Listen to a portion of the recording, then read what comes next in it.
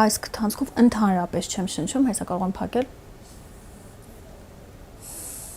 30-ամյա Ալինան գեղեցիկ եւ առողջ քիթ ունենալու ակնկալիքով 13 տարվա ընթացքում 3 անգամ պառկել է վիրահատական սեղանին։ Առաջին վիրահատությունս տեղի է ունեցել 2013 թվականին Սուրբ Աստվածամայր բժշկական կենտրոնում բժիշկ Արթուր Հարությունյանի կողմից։ Շնչառական խնդիրներ չեմ ունեցել, բացառապես էսթետիկ միջամտություն ա եղել։ Դրանից տարիներ անց առաջացան խնդիրներ։ 9 տարի անց դիմեցի Շենգավիթ բժշկական կենտրոն Արթուր Պողոսյանին, ով ասաց, որ հա, գողաճառ կվերցնենք, կվիրահատենք, խնդիր չի լինի։ Ալինայի երկրորդ վիրահատությունը եղել է 2022 թվականին։ Պողոսյանից բացի վիրահատությանը մասնակցել է նաև բժիշկ Նարեկ Հարությունյանը։ Տևեց 7 ժամ ու գողաճառ չվերցրին ինձնից։ Բայց հետո պատմագրերն ուսումնասիրում եմ, գրված է, որ միջնապատից ինչ որ հատվածից վերցրել են աճառներ, դրել են քթիս մեջ։ Վիրահատությունից 1 ամիս անց